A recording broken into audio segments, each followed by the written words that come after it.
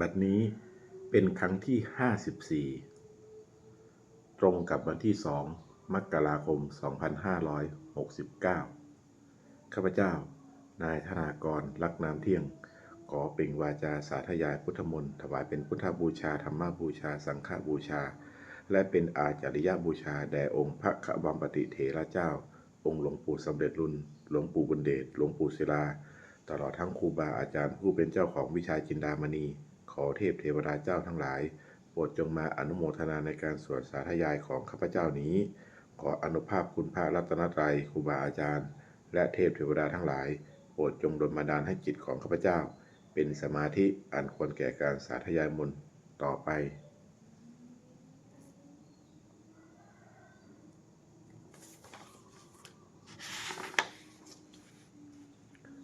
บทสวดชุมนุมเทวดา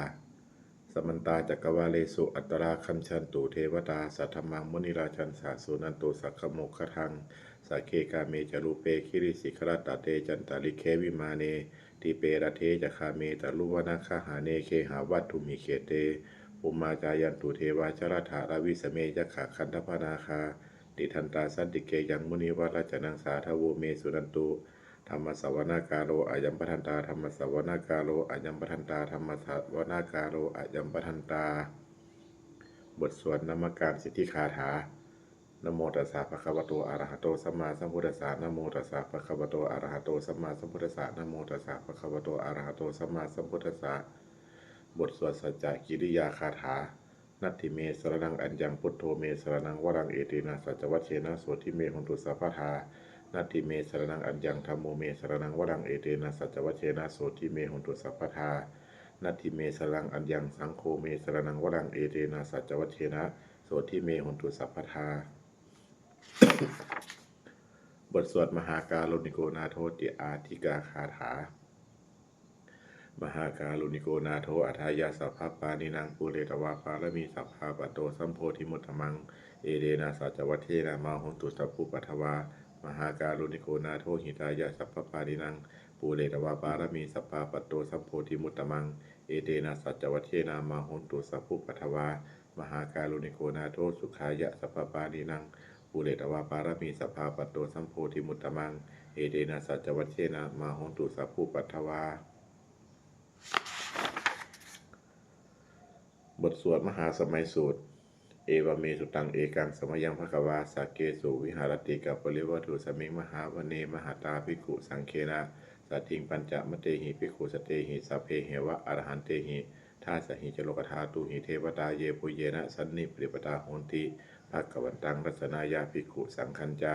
อัตโคจตุนังสุทาวาสกายิกานังเทวานังเอตตะโหสีอายังโคภควาสักเกสุวิหารติกับปริวัตุสมิงมหาวเนมหาตาภิกขุสังเคนะสัตติงปัญจมเตหิภิกขุสเตหิสัพเพเหวะอรหันเตหิ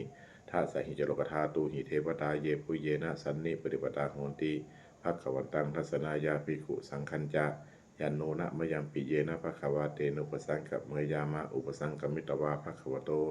สันติเกปัญเจกคาถาภาเสยยามาติ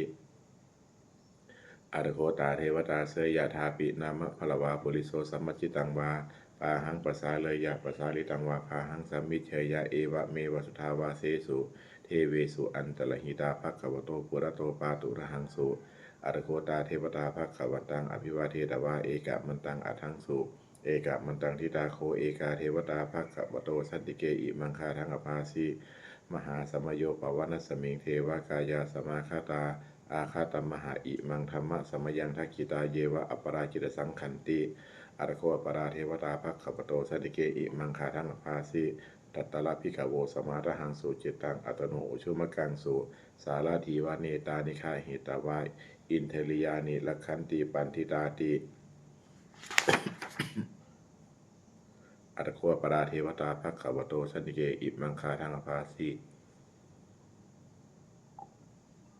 เจตวาคีลังเจตวาปาลีคังอินทาคีลังโอหันจะมะเมชาเตจรันติสุทาวิมาราจักขุมตา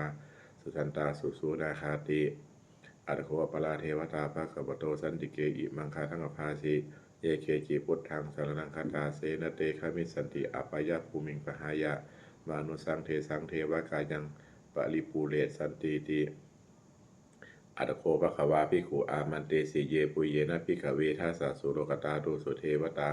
สันนิปติปตาโหติตถาคตังทัสนายะภิกขุสังคัญจะ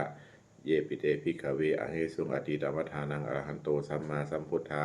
เตสัมปีภควันตานังเอตปรมาเยวะเทวตาสันนิปติปตาอเหสุงเสยยะธาปิไมยหังเอจาลหิเยปิเตภิกขเวภวิสันติอนาคตมัฏฐานังอรหันโตสัมมาสัมพุทธาเตสัมปีภควันตานังเอตปรมาเยวะเทวตาสันนิปติปตาภวิสันติเสยยะธาปิไมยหังเอจาลหิอาเจกิสามิภิกขเวเทวกายานังนามานิกิตยิสามิภิกขเวเทวกายานังนามานิเทศิสามิภิกขเวเทวกายานังนามานิดังสุนาถาสาธุกังมนสิกโรธาภาสิสามีติเอวมันเตติโคเตภิกขุภควโตปัญจโสสุงภควาเอตทะโวจาสิโลกับมะนุกัสสามิยถาภูมาตัสสัสสิตาเยสิตาคีริคพารังปหิตตาสมาหิตาปุถุสีหาวาสัลลีนาโลมหังสาพิสัมปุโนโอทาตมะสาสุทาวิปัสสนามาวิลาปิญโจปัญจสเตยตาวาวะเนกับปริวัทเวตโตอามันตยิสัทธาสาวเกสาสเนรเตเทวกายาอภิกันตาเตวิชานาถภิกขโวเตจะอัตตปมะกะลุงสุตวาพุทธัสสะศาสนังเตสัมปาตาลโหยานังอะมะนุสานัทสานังอเปเกสตัมมัทธคุงสหัสสังอัฏฐสัตตลิงสตังเอเกสหัสสานังอะมนุสานัมมัทธสุงอเปเกนะตัมมัทธคุงทิสาสปาภูกาหุงตัญจสัพพังอภิญญายาวกิตวานะจักขุมาตโตอมันตยิสัทธาสาวเกสาสเนรเตเทวกายาอภิกันตาเตวิชานาถภิกขโวเยโวหังกิตยิสามิคิราหิอนุภุปโส สัตตสหัสสาวยขากุมากับปริวัทวาอิทิมันโตจุติมันโตวนะมันโตยสัสสิโนโมทานามาอภิกามุภิกุนังสมิติงมนังชาสหัสสาเหมาวตายขานานันตวัตนิโนอิทิมันโตจุติมันโตวนะมันโตยสัสสิโนโมทานามาอภิกามุภิกุนังสมิติงมนังสาตาคีราติสหัสสายขานานันตวัตนิโนอิทิมันโตจุติมันโตวนะมันโตยสัสสิโนโมทานามาอภิกามุภิกุนังสมิติงมนัง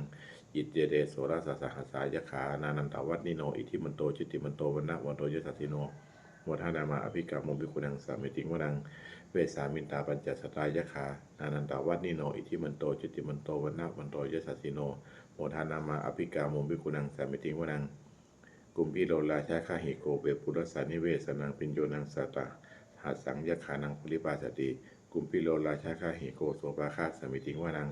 ปุริมัญจาที่สังราชาทัตตะโทปัสสาสติขันธพานังอธิปติมหาราชายสัสสิโสโพธาปิตัสสะพหโวอินทานามามหาภาราอิทิมันโตจุติมันโตวันนะวันโตยสัสสิโนโมทานามาอภิกามงภิกุนังสัมมติงวนังทักขินัญจาที่สังราชาวิรุลักโมตปัสสาสติคุมพันธานังอธิปติมหาราชายสัสสิโสโพธาปิตัสสะพหโวอินทานามามหาภาราอิทิมันโตจุติมันโตวันนะวันโตยสัสสิโนโมทานามาอภิกามงภิกุนังสัมมติงวนังปัญชีมาจาที่สังราชาวิรูปโคปัสสาสตินาคานังอธิปติมหาราชายสัสสิโสปุตตาปิตัสสะพหโวอินทานามามหาภาราอิทิมันโตจุติมันโตวันนะวันโตยสัสสิโนโมทานามาอภิกามงภิกุนังสัมมติงวนังอุตารัญจาที่สังราชากุเวโรตปัสสาสติยคานังอธิปติมหาราชายสัสสิโสปุตตาปิตัสสะพหโวอินทานามามหาภาราอิทิมันโตจุติมันโตวันนะวันโตยสัสสิโนโมทานามาอภิกามงภิกุนังสัมมติงวนังอุลิมะที่สังทัตตะโถทักขิเนนะวิรูหโกปัจฉิเมนะวิรูปโคกุเวโลอุตรังทิสังยัตตาโลเตมหาราชาสัมมันตาจัตุโรทิสาทันทันละมานาอัตถังสุวเนกปริวัทเวเตสังมายาวิโนทัสสาอาคูปัจจนิกาสทามายากุเวนทุเวเรทุบิปูจาวิโตสหะยันธโนกามาเสโทจากกินโนมันทุนิมันทุจากปานาโทโอปมัญโยจากเทวสุโตจากมาตลิจิตตเสโนจากคันทัพโพนาโรราชาชโนสัพโพ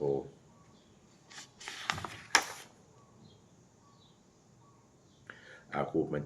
จาสิโคเจวติมพาลุสุริยวัชสาเอเตจันเยจราชาโนคันธภาสหราชพิโมทานามาอภิกามงภิกุนังสมิติงวนังอาทาคูนาสภานาคาเวสาราสหตัญจกากัมภาสตราอาคูปยาคาสหยาติพิยามุนาทัตตราธาจาอาคูนาคายสัสสิโนเอราวโนมหานาโคโสบาคะสมิติงวนังเยนาคะราเชสหัสสาหรันติทิพาทิสาปกิวิสุทธิจักขูเวหายสาเตวนามัจจปัตตาจิตราสุปนาอิติเจสานามังอภยันตทานาคะราชานามาสิสุปันนโตเขมมากาสิพุทโธ สันนาหาหิวาจาหิอุปวะหายันตานาคาสุปนาสรณะมะกังสุพุทธังชิตาวจิรหัตเถนะสามุทังอสุราสิตาพาตโลวาสวัสเสเตอิทิมันโตยสัสสิโนกาลกัญจามหาพิสมาอสุราธานะเวทสาเวปาจิติสุจิติจะปหาลาโทนโมชีสหสตันจะปริภาลิบุตตานังสเพเวโรนมามกาสันนหิตวาพระลิงเสนังราหูปัทมุปาขมุงสมโยธานิพันธเตภิกขุนางสมติงวนังอโปจะเทวาปฐวีจะเดโชวโยตถาขมุงวารุณาเทวาสมโมจยสาสหะเมตตากรุณากายิกาอาคูเทวายสัสสิโนทัสเสเตทัทากายาสเพนานันตวัตนิโนอิทิมันโตจุติมันโตนะวันโตยสัสสิโนโมทานามาอภิกามุงวิคุนังสมติงวนังเวทูจะเทวาสหรีจะอสมาจะทุเวยมาจันทสุปุริสาเทวาจันทมาคูปุรักขิตาสุริยสุปุริสาเทวาสุริยมาคูปุรักขิตานักขัตตานิปุรักขิตวาอาคูมันทวาลาหากาวสุนังวสโวเสโทสักโคปะคะปูรินทโทท่าเสเตทัจทากายาจะเปนานันตวัตนิโนอิทิมันโตชิติมันโตวนะมันโตยุสัสสิโนโมทานามาอภิกามุงภิกขุนังเสมติงวนังอาถาคูสหภูเทวาชลมาคิสาลิวะอาลิตกาจะโลชาจะอุมาปุภานิพาสิโนวะลุนาสหธรรมาจะอจุตาจะอเนชกาสุริยะลุจิลาอาคูวสวเนสิโนท่าเสเตทัจทากายาสเพนานันตวัตนิโนอิทิมันโตชิติมันโตวนะมันโตยุสัสสิโนโมทานามาอภิกามงภิกขุนังสมติงวนังสัมมานา มหาสัมมานา มนุสสามนุสสุตตมาทิฆาปทุสิกาอาคูอาทูมโนปทุสิกาอัฏฐาคูหังลิโยเทวาเยจโรหิตวาสิโนปาลคามหาปาลคาอาคูเทวายสัสสิโนทัสเสเตทัยทากายาสเพนานันตวัตนิโนอิทิมันโตจุติมันโตวนะมันโตยสัสสิโนโมทานามาอภิกามงภิกขุนังสมติงวนังสุกากะลุมหาอรุณาอาคูเวขานัสสาตหะโอทาตะไคยหาปาโมคาอาคูเทวาวิจักขณาสัทธามตาหาลกชามิสกาจายสัสสิโนท่านยังอาคาปจุโนโยติสาอภิวัสติทัสเสเตทัจทากายาสเพนานันตวัตนิโนยิติมันโตจุติมันโตวนะมันโตยสัสสิโนโมทานามาอภิกามงภิกขุนังสัมมิติงวนังเขมิยาตุจิตายามากัตกาจายสัสสิโนลัมพิตกาลามาเสถาโจติรามาจะอาสวานิมมานลตีโนอาคูอาทาคูปัลนิมิตาทัสเสเตทัจทากายาสเพนานันตวัตนิโนอิทิมันโตจุติมันโตวนะมันโตยสัสสิโนโมทานามาอภิกามงภิกขุนังสัมมิติงวนังสัพเสเตเทวานิกายาสเพนานันตวัตนิโนนามันวเยนะอาคันสุงเยจันเยสติสาสหะปาวุธชาติมาคีรังโอคตินมานาสวังทาเคโคตารังนาคังจันทังวะอสิตาสิตังสุพัมปรมัตโตจะอุตตาอิทิมโตสหสันนังกุมาโลเตโสจาโสปาคะสมติงวานังสาตพัมมะโลกานังมหาปมาทิฏฐิทัตติอุปปโนชุติมันโตพิสมากายโยยสัสสิโสทาเสถาอิสราอาคูปัญเจกะวะสวัตติโนเทสัญจมัชโตอาคาหาลิโตปริวาลิโตเตจัสสเพอภิกันเตสิสินเทเวสพัมมะเก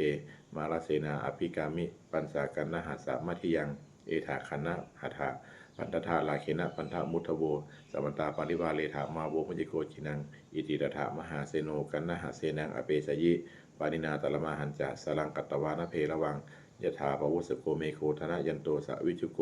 ตถาโสปัจจุทาวติสังกุโทอาสยังวเสตัญจสัพพังอภิญญายาวกิตวานะจักขุมาตาโตอมันตยิสัทธาสาวเกสาสเนระเตมาราเสนาอภิกันตาเตวิชานาถภิกขโวเตจะอัตตปมะกรุงสุตวาพุทธศาสนาดังวิตาลาเคหิปกามงเนสังลมปิอิชยุงสเปวิจิตาสังขามาพยาติตายสัสสิโนโมทันติสหภูเตหิสาวกาเตชเนสุตาติบุตรสวดจุลชยปกรณ์นะโมเมพุทธเตชะสารัตนตยะธรรมิกาเตชะประสิทธิสิปสีเทวานาลายปรเมสุราสิทธิพรหมาจะอินทาจะจตุโรกาคัมภีราคกาสมุทาผู้ตุงข้างค่าจะสพัมมะชยประสิทธิภวันตุเตชยทอรานีทอรานีอุทธิทธินาทีชยคาคนละตนลานิไซนิไลเสนาเมรุราชพลนอราชีชยคัมพีละโสมพีนาเคนธนาคีปีศาจพูตกาลีชยทุนนิมิตาโรคีชยสิงคีสุธาธานามุขชาชยวารุณนามุขสาตาชยจำปาทินากุกระคันโถกชยคันชะคนนาตุรงสุกระปูชงสีหาพยาขาที่ป่าชยปรุณนมุขยาตาชิตาเสนา รีปุณสุทธินอระดีชัยชัยสุขาสุขาชีวีชัยชัยทอระนีตะเลสทาสุชัยยะชัยชัยทอระนีสานตินสทาชัยชัยมั่งการาชลัญญาภาวะเคชัยชัยวารุณนายเคชัยชัยรักเสสุรปุจเตชาชัยชัยพมเมนธนาคาชัยชัยราชาธีลาสาชัยชัยชัยปัทวิงสาพังชัยชัยอรหันตาปเจกพุทธสาวังชัยชัยมเหสุโรหะโรหะรินเทวาชัยชัยพมมาสุราโคชัยชัยนาโควิรุหโกวิรูปโคจันทิมาราวิอินโทจะเวนะเตยโยจะกุเวโลวารุโนปีจะอักขิวาโยจะปาชุนโหกุมาโลทัตาลัตถโกอัฏฐารสะมหาเทวาสิทธิตาปสะอาทโยอิสิโนสาวกาสัพพาชัยราโมภวันตุเตชัยชัยธรรมโมจะสังโฆจะทัสสปาโลจะชัยกังเอเตนะชัยเตเชนะชัยโสธีภวันตุเตเอเตนะพุทธเตเชนะโหนตุเตชัยมังคาลังชัยโยปีพุทธสาสิริมโตอะยังมาลัสจปาปิมโตปราชโยอุโคสยัมโพธิมันเทปโมทิดาชัยยะทธาพรัมมคะนามเหสิโนชัยโยปีพุทธสาสิริมโตอะยังมาลัสจปาปิมโตปราชโยอุโคสยัมโพธิมันเตปโมทิตาชัยยะทธาอินทคณามเหสิโนชโยปีปุตตสาสิลิมโตอะยังมาลัจจปาปิมโตปราชโยอุโคสยัมโพธิมันเตปโมทิตาชัยยะทธาเทวคณามเหสิโนชโยปีปุตตสาสิลิมโตอะยังมาลัจจปาปิมโตปราชโยอุโคสยัมโพธิมันเตปโมทิตาชัยยะทธาสุปันนคณามเหสิโนชโยปีปุตตสาสิลิมโตอะยังมาลัจจปาปิมโตปราชโยอุโคสยัมโพธิมันเตปโมทิตาชัยยะทธานาคคณามเหสิโนชโยปีพุทธสาสิลิมโตอะยังมาลัจจปาปิมโตปราชโยอุโคสยัมโพธิมันเตปโมทิตาชัยยะทธาสุพรัมมคณามเหสิโนชยันโตโพธิยามุเลสักกยานังนันทิวัตตโนเอวังตะวังวิจโยโหหิชยาสุชยามังคะเลอปราชิตปันล่างเกสีเสปทวิโปคะเลอภิเสเกสัพพุทธานังอาคาปโตปโมทติสุนัขขัดตังสุมังคลังสุปาพาตังสุโหติตังสุขโนสุมุหโตจะสุยิตพลังพัมมจาริสุปทักขีนังกายกรรมังวาจากรรมังปทักขีนังปทักขีนังมโนกรรมังปณิทิเตปทักขีนานิกัตตวานลพันตเทปทักขีเน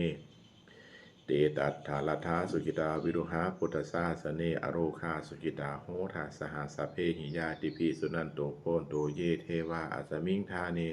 อธิกตาทีคายุกาสทาโหนตุสุจิตาโหนตุสัพพทาลักขันตุสัพพสัตตานัง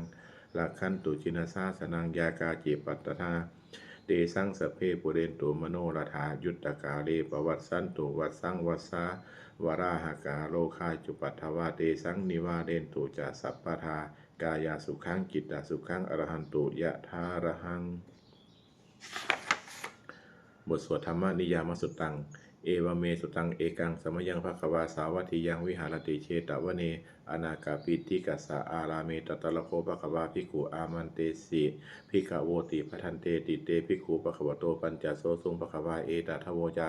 อุปาทาวาภิกขเวตถาคตานังอนุปาทาวาตถาคตานังทิตาวาสาธาตุธรรมทิตตาธรรมนิยามตาสัพเพสังขาราอนิจจติตังตถาคโตอภิสัมพุชิตติอภิสัมเมติอภิสัมพุชิตวาอภิสัมเมตวาอาจิกติเทเสติปัญญาเปติปทาเปติวิวารติวิภาชติอุตตานิคโรติสัพเพสังขาราอนิจจติ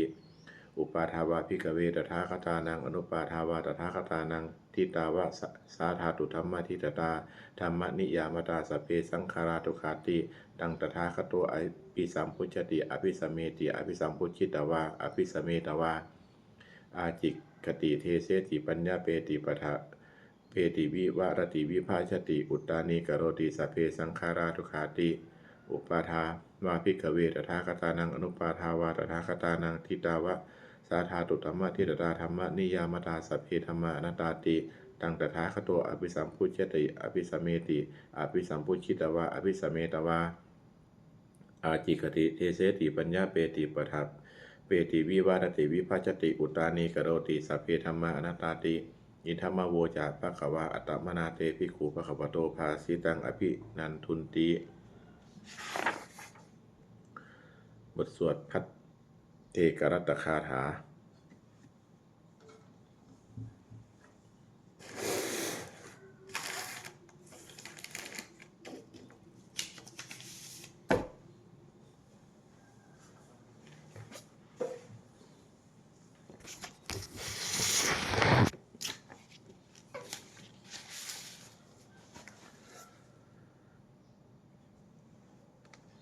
อัตติตังนาคะ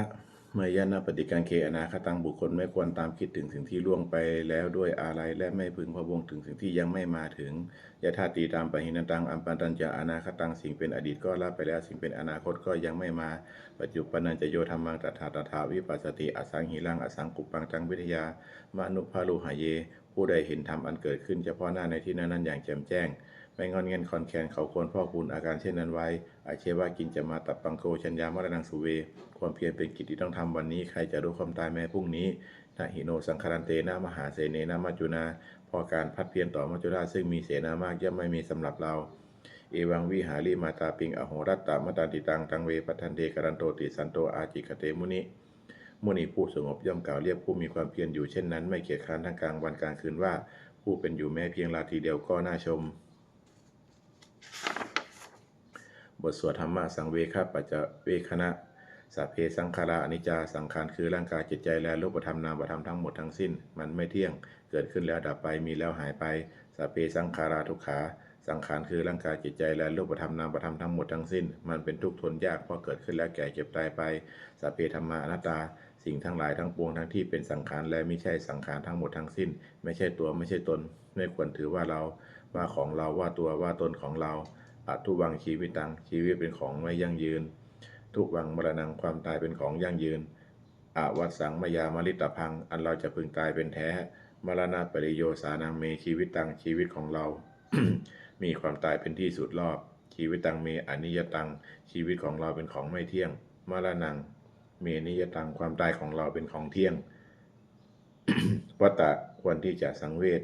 ยังกายโยอจิลังร่างกายนี้ไม่ได้ตั้งอยู่นานอเปตะวิญญาโนขันปัสจากวิญญาณชุนโทอันเขาทิ้งเสียแล้ว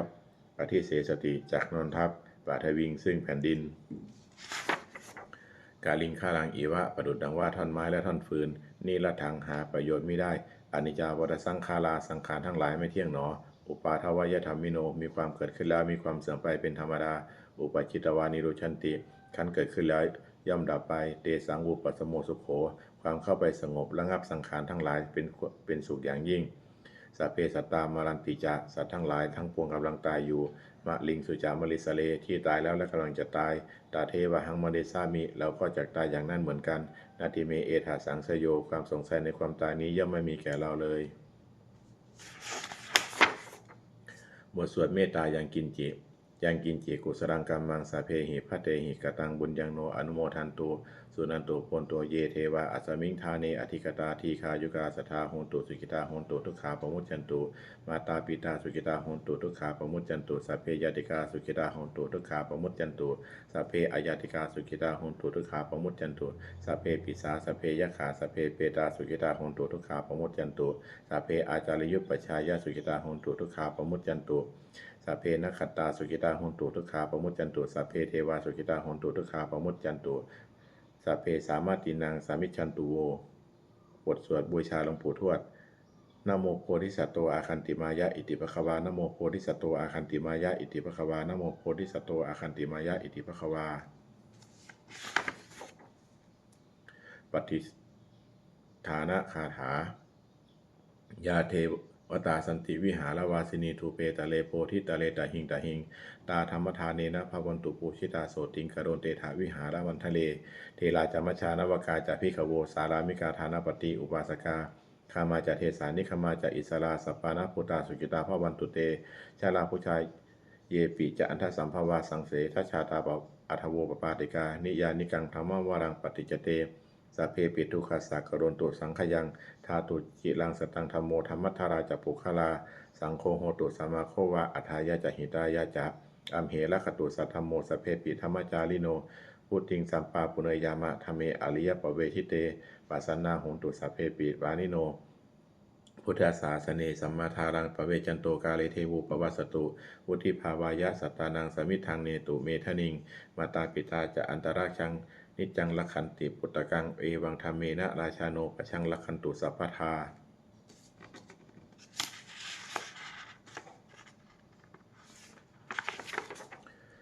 เทวตาอุยโยชนะคาถาทุกขปัตตาจนิทุกขาพยาปัตตาจนิพยาโสกปัตตาจนิโสกาหุนตุสเพปิปานิโนเอตาวตาจะอเมหิสัมภตังบุญญสัมปทังสเพเทวานุโมทันตุสัพพสัมปสิทธิสิทธิยาทานังทันตุสัทธายาสีลังทันตุสัพพทาภาวนาพิรตาหุนตุคันชันตุเทวตาคตาสุมังคลคาถาโหนตุสัพพังสุมังคลังลักขันตุสัพพเทวตาสัพพพุทธานุภาเวนะโสติโหนตุนิรันตรังโหนตุสัพพังสุมังคลังลักขันตุสัพพเทวตาสัพพธรรมานุภาเวนะโสติโหนตุนิรันตรังโหนตุสัพพังสุมังคลังลักขันตุสัพพเทวตาสัพพสังฆานุภาเวนะโสติโหนตุนิรันตรังสัพเพพุทธาภรปัตตาปเจกานันจะยังพลังอรหันตานันจะเทเชนะละกัมปทามิสัพพโสสัพเพพุทธาภรปัตตาปเจกานันจะยังพลังอรหันตานันจะเทเชนะละกัมปทามิสัพพโสสัพเพพุทธาภรปัตตาปเจกานันจะยังพลังอรหันตานันจะเทเชนะละกัมปทามิสัพพโสสัพเพพุทธาภรปัตตาปเจกานันจะยังพลังอรหันตานันจะเตเชนะละกัมปทามิสัพพโสสัพเพพุทธาภรปัตตาปเจกานันจะยังพลังอรหันตานันจะเตเชนะละกัมปทามิสัพพโสสัพเพพุทธาภรปัตตาปเจกานันจะยังพลังอรหันตานันจะเตเชนะละกัมปทามิสัพพโส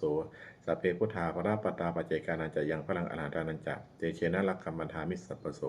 สัพเพพุทธาภรปัตตาปเจกานันจะยังพลังอรหันตานันจะเตเชนะละกัมปทามิสัพพโส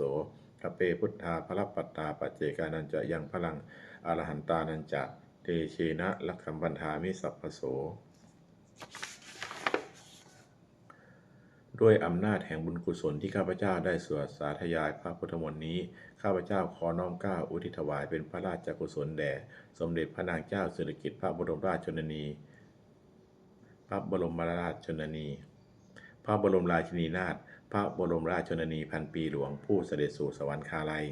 ขออานิสงส์แห่งบุญกุศลนี้จงเป็นสัพพสิริมงคลแก่ข้าพเจ้าให้แคล้วคลาดปลอดภัยจากทุกข์โศกโรคภัยอันตรายทั้งปวงให้มีแหล่งรายได้อันสุจริตมั่นคงเป็นสัมมาอาชีพอันชอบธรรมคำว่าไม่มีอดอยากยากจนขอจะได้มีแก่ข้าพเจ้าขอให้ข้าพเจ้ามีสัมมาทิฏฐิตั้งมั่นในพระธรรมคำสอนแห่งองค์สมเด็จพระสัมมาสัมพุทธเจ้าดำรงอยู่ในความดีงามตลอดกาลนานอีกทั้งขอเทพเทวดาทั้งหลายผู้ได้อนุโมทนาสาธุการในบุญกุศลนี้โปรดประสิทธิ์ประสาทพรน้อมส่งอนุภาพแห่งมงคลไปสู่วัตถุมงคลพระปิตายอดเศรษฐีทั้งฝ่ายไทยและฝ่ายลาวรวมถึงวัตถุมงคลทั้งปวงที่สามสิ่งอมุเลตได้จัดสร้างขึ้นให้เปี่ยมด้วยพุทธานุภาพเทวานุภาพและฤทธานุภาพอันศักดิ์สิทธิ์อำนวยผลให้เป็นสิริมงคลแก่ผู้ครอบครองและบูชาทุกประการเทอญ